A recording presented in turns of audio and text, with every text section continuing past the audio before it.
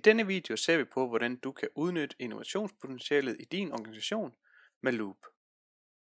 Loop er et simpelt og effektivt system til idéhåndtering i virksomheder. Inden vi ser på selve systemet, kigger vi lidt nærmere på, hvilke fordele der er ved at implementere Loop. I det her eksempel antager vi, at vi har 500 medarbejdere, der bruger Loop hele året rundt. I tidsforbrug svarer det til en 8-timers workshop med 62 medarbejdere. De her 500 brugere indsender 396 idéer om året, hvor 38% eller 150 af alle idéer bliver implementeret. I årevis har innovative virksomheder som Google, Apple og 3M bevist, at medarbejderdrevet innovation forbedrer økonomien, fastholder personale, reducerer sygefravær og øger medarbejdertilfredsheden. Disse fordele og resultater kan du opnå ved at implementere Loop i din organisation. Loop er et system, der indsamler, beriger og vurderer idéer fra dine medarbejdere.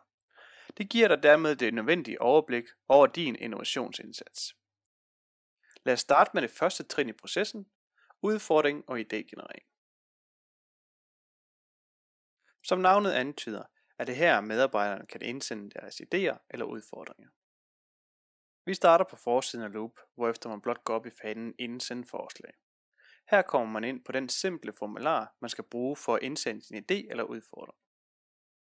Nu kan man så angive, om det er en idé eller en udfordring, man har, hvorefter man giver forslaget en titel, et resumé, en beskrivelse, samt links, filer og videoer.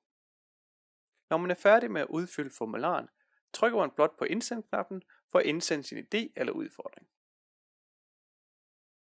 En indsendt idé ryger videre til kollektiv berigelse. Fasen, hvor ens kollegaer kan kommentere og vurdere alle de indsendte forslag, der er på Loop. På forsiden af Loop har man et udsnit af de idéer og udfordringer, der er indsendt til Loop. I venstre kolonne har man de 2 nyeste idéer, samt 2 vilkårlige idéer. Ligeledes i højre kolonne har man de 2 nyeste udfordringer, samt 2 vilkårlige udfordringer. Under de 2 kolonner har vi Events. Events giver dig mulighed for at sætte strategisk fokus på et emne eller et område, som du ønsker medarbejderne skal komme med forslag til. En slags fokuseret innovation. For at se, hvordan kollektiv berigelse fungerer, klikker vi på en idé for at komme ind og læse mere om den. Som vi ved fra sidste fase, består en idé af en titel, en beskrivelse, nogle billeder, filer og videoer. Herudover kan vi se, hvem der har indsendt idéen, samt hvor høj en vurdering den har modtaget fra vores andre kollegaer. Der er også mulighed for at abonnere på idéen, hvis man synes den er noget særligt og gerne vil følge den fremover. Alle kan komme med deres egen vurdering af idéen på en skala fra 1 til 5, samt deltage i debatten ved at indskrive en kommentar. Når idéen er færdig ved kollektiv berigelse, ryger den videre til ekspertvurdering. Fasen, hvor interne eller eksterne medarbejdere med særlig viden på idéens område kommer ind for at vurdere idéen. Som ekspert får du naturligvis adgang til hele idéen, samt gennemsnitsvurderingen og kommentarerne fra alle kollegaerne. På dette grundlag skal eksperterne så vurdere, hvor mange ressourcer idéen vil optage, når den er implementeret, samt den værdi, den vil tilføre organisationen. Eksperterne har naturligvis også mulighed for at kommentere og bygge videre på idéen. Når eksperterne er færdige med at vurdere idéen, ryger den videre til godkendelse af projekter. Fasen, hvor den relevante leder på idéens område skal beslutte, om idéen skal implementeres eller ej. Lederen bliver naturligvis udstyret med alt baggrundsmateriale. Den oprindelige idé, gennemsnitsvurderingen fra kollegaerne, kommentarerne fra kollegaerne, kommentarerne fra eksperterne, samt vurderingerne fra eksperterne. Dette giver lederen mulighed for at træffe den rigtige beslutning i forhold til, om idéen skal implementeres eller ej.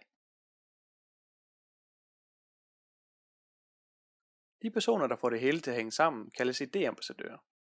Idéambassadøren har til opgave at motivere andre til brugen af Loop, samt administrere de idéer og udfordringer, der kommer ind. Vi giver dig gode råd til, hvordan idéambassadøren skal arbejde, samt materiale til intern markedsføring af Loop. Og dermed afsluttes gennemgangen af Loop. Hvis du vil i kontakt med os, er du velkommen til at benytte kontaktinformationen på skærmen. Og ellers er du altid velkommen til at gå ind på vores hjemmeside www.4dev.dk for at se mere. Vi glæder os til at høre fra dig.